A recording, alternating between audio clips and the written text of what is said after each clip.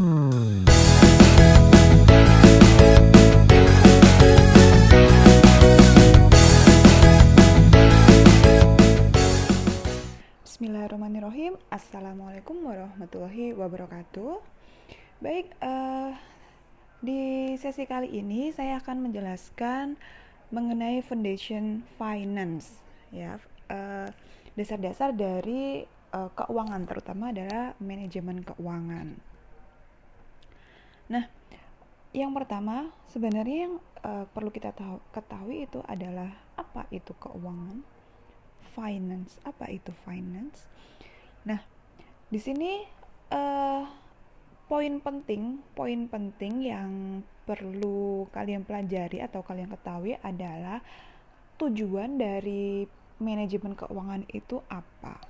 Karena sebenarnya gini, ilmu manajemen keuangan ini sangat berbeda dengan basic kalian. Kalian ini kan ada di ekonomi syariah, harusnya menjunjung tinggi ilmu dari timur, atau harus tahulah atau menonjolkan nilai-nilai syariah, tahu mengenai ilmu syariah, mana yang benar dan mana yang salah, sesuai atau kurang tepat gitu ya, sesuai dengan ajaran agama kalian gitu, ajaran agama Islam.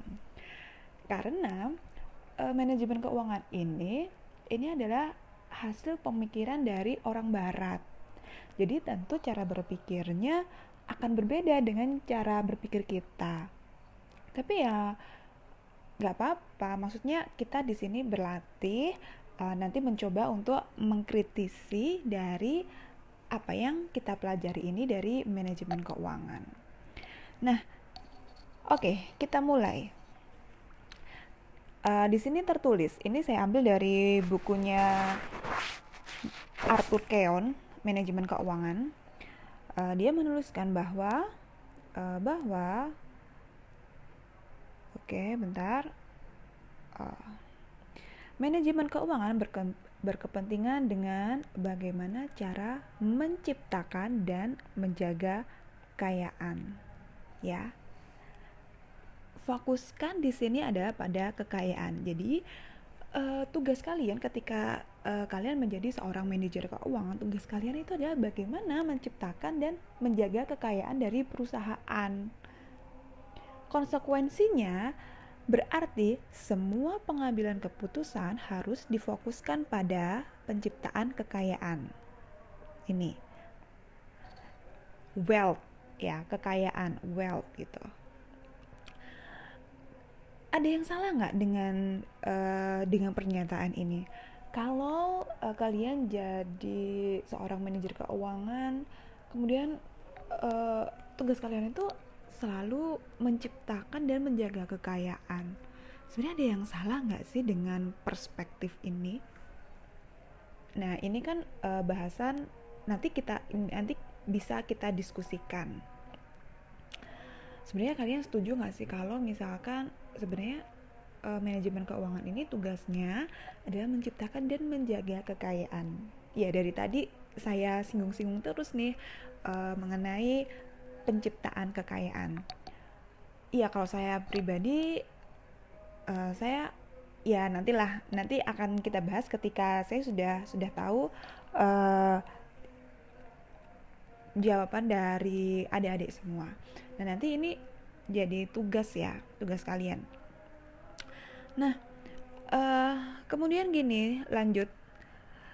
Maka kita akan berhadapan dengan keputusan keuangan mengenai kapan melakukan investasi dalam aset baru. Jadi, yang pertama, ketika kita menyadari bahwa menjadi seorang manajer keuangan, tugas kita adalah gimana caranya memperoleh kekayaan. Apalagi prinsip ekonominya memperoleh kekayaan atau keuntungan sebesar-besarnya dengan pengorbanan sekecil-kecilnya, gitu kan, yang kita pelajari kalau di ekonomi mikro. Maka hal itu berkaitan dengan kapan kita melakukan investasi dalam aset baru. Kita membeli atau menjual aset yang menghasilkan kekayaan, atau kita perlu melakukan investasi dengan membangun gedung atau pokoknya melakukan investasi gitu ya.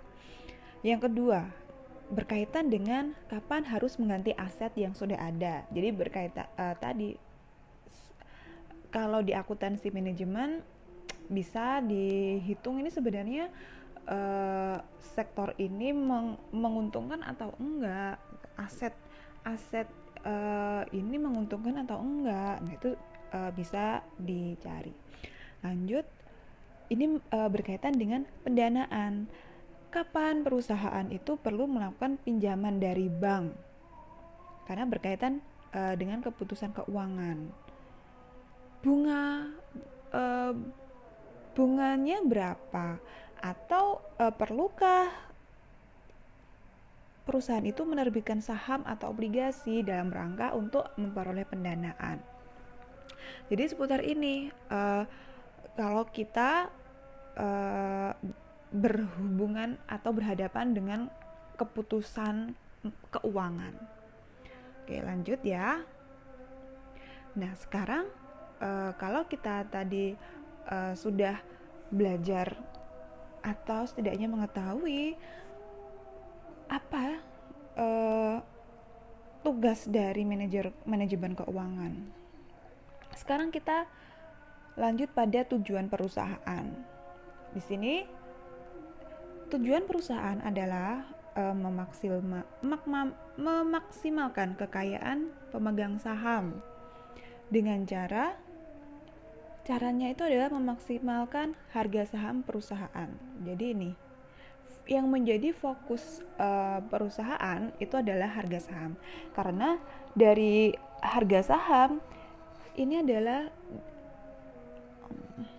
dari harga saham mencerminkan nilai perusahaan.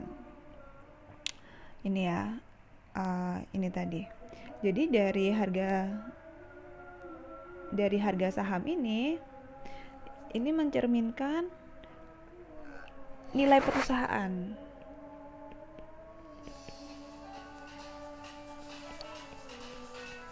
My God. Lanjut ya. Tadi tujuan dari perusahaan adalah memaksimalkan harga saham yang tercermin dari nilai perusahaan. Nah, contohnya seperti apa sih, Bu? Nah, contohnya tuh kayak gini. Contohnya tuh seperti ini. Jadi ini data saya ambil dari IDX ya. Maaf belum menampilkan sumbernya. Ini saya ambil dari IDX. Nah, coba ini ada kode saham, ada nama perusahaan, ada tertinggi, ada terendah.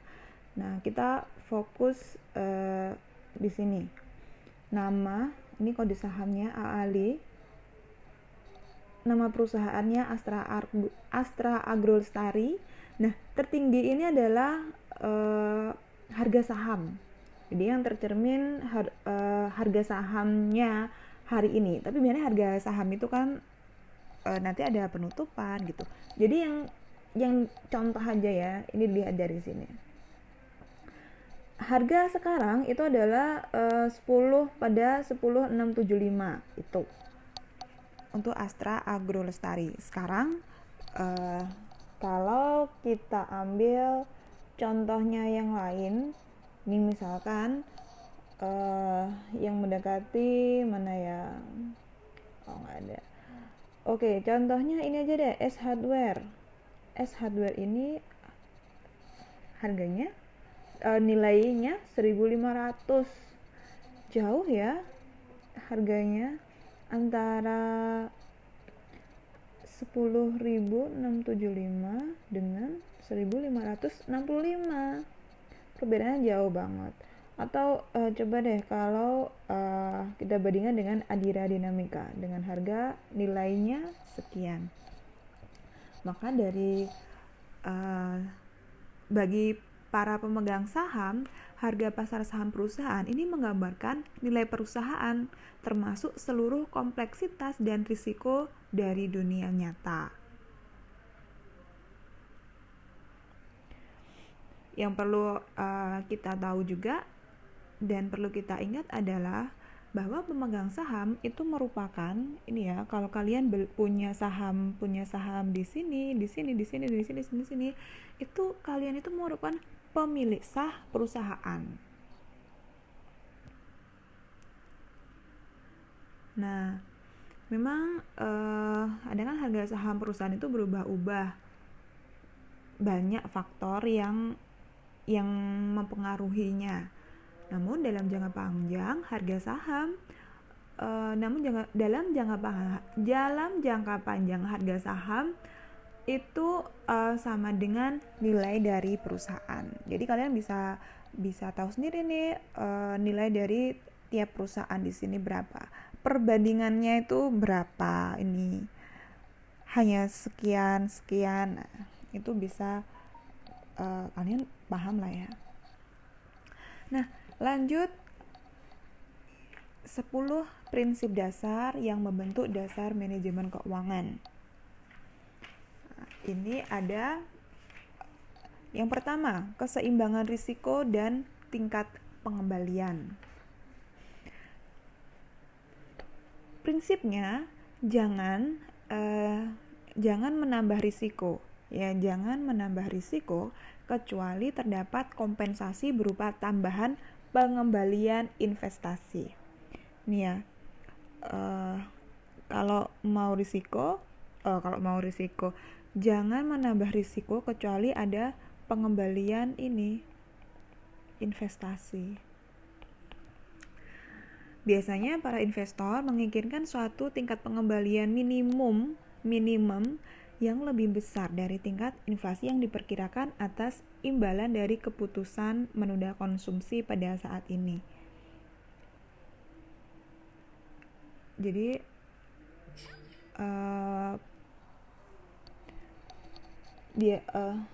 sebenarnya rasional gitu ya, ketika dia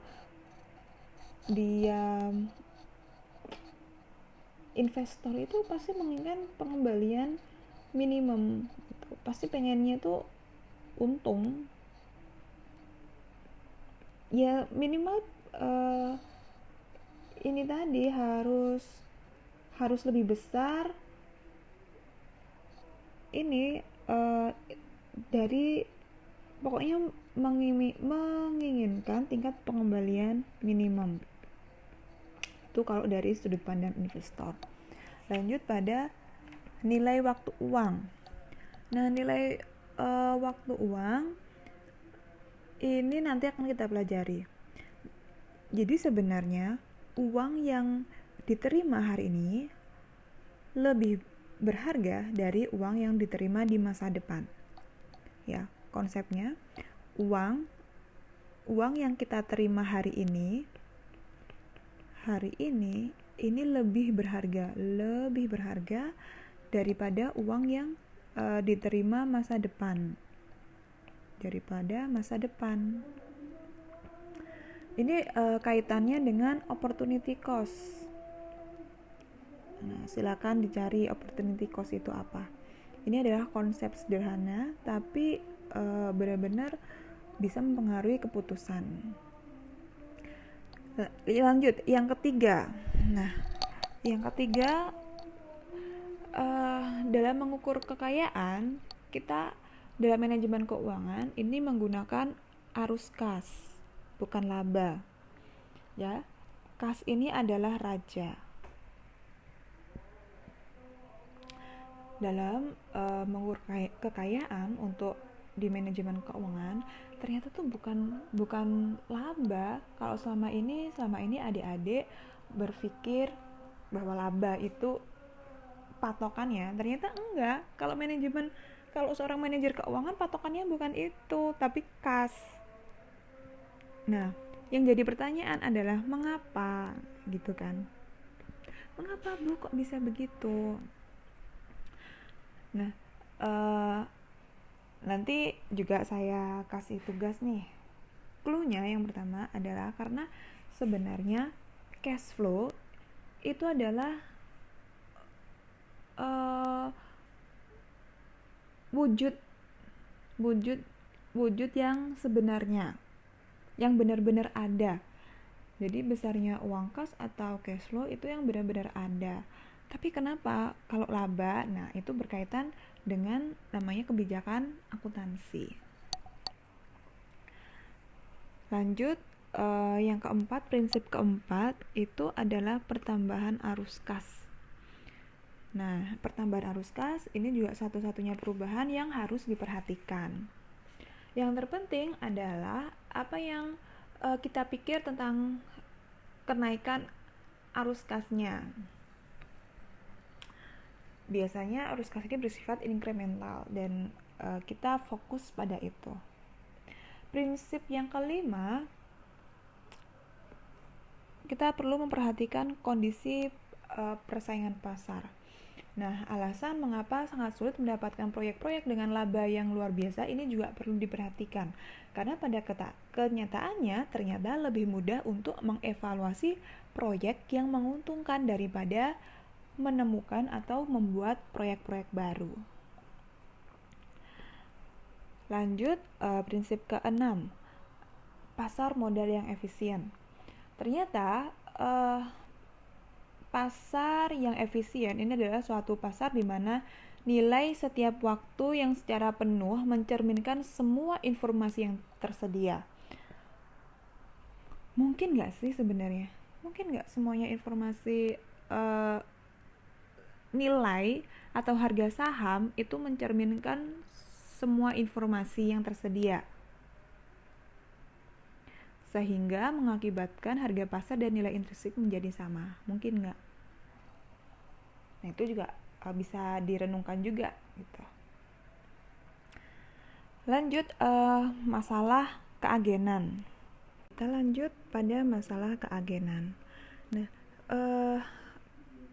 masalah keagenan ini disebut dengan agensi teori. Agensi teori ini banyak dirujuk ketika kita melakukan penelitian di bidang akuntansi. Tapi tergantung dulu konteksnya apa. Biasanya mahasiswa tuh sering ngambil teori ini, agensi teori kalau meneliti gitu.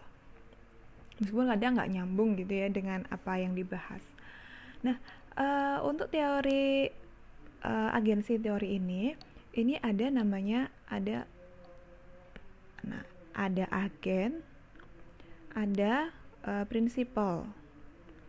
Jadi sebenarnya agensi teori ini dibangun berdasarkan kontrak. Jadi ada kontrak gitu. Teori ini menjelaskan tentang hubungan kerja. Jadi hubungan kerja dalam kurung kontrak gitu antara pemilik perusahaan. Pemilik perusahaan itu siapa? Pemegang saham kan? Dan manajemen.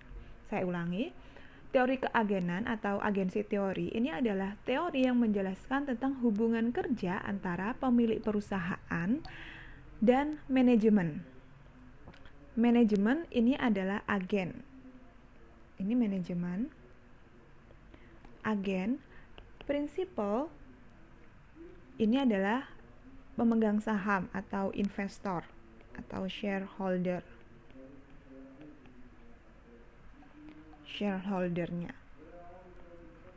Nah, manajemen ini ditunjuk oleh pemegang saham dan diberi tugas dan kewenangan untuk mengelola perusahaan atas nama pemegang saham. Secara kasarnya, teori agensi ini muncul ketika pemegang saham memperkerjakan pihak lain untuk mengelola perusahaannya. Sebenarnya teori ini pun menarik ya untuk dikaji lebih luas dan lebih detail lagi. Nanti next saya ambil untuk kita diskusikan. Oke, prinsip selanjutnya adalah pembiasaan keputusan bisnis karena perpajakan. Nah, oke, pajak dan pajak. Biasanya kalau ini ya, kita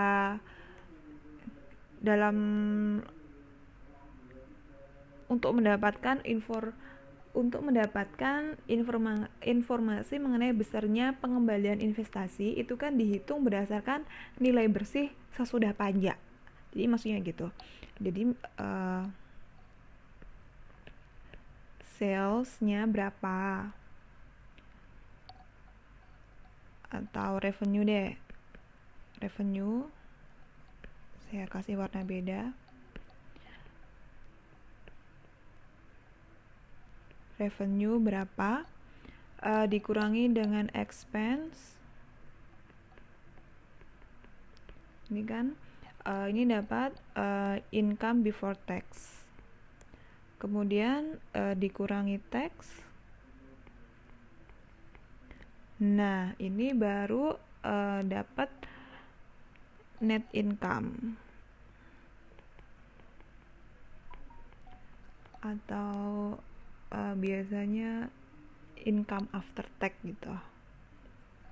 Makanya pajak itu juga nggak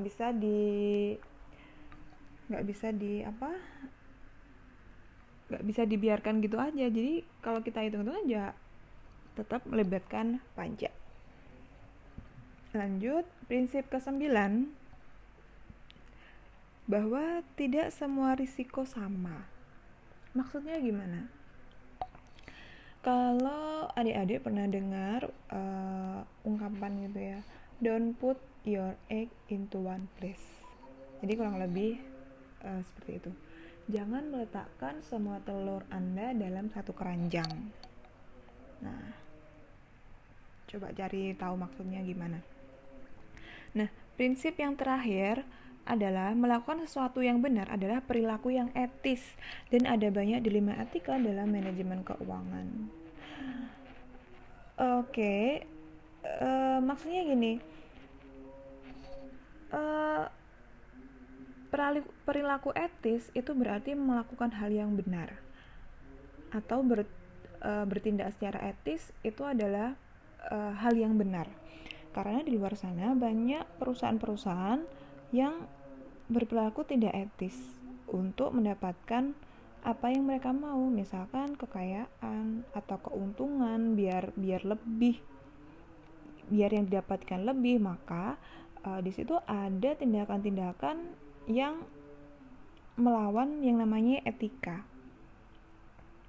Makanya ada namanya etika bisnis. Nah, ini pun juga kalau kita kaji lebih dalam sebenarnya juga menarik kalau untuk bahas ini ya mengenai etika. Oke, dan yang terakhir di sini saya menyisipkan salah satu ayat dari surat Al-Hasr ayat 7. Nah, ini bisa jadi renungan untuk adik-adik semua. Sebenarnya inti dari ayat ini apa? Kemudian kaitan dari apa yang Ibu jelaskan tadi apa? Ini untuk membangkitkan pemikiran kritis, terutama tadi ya. Coba ini bisa dikaitkan dengan yang namanya kekayaan.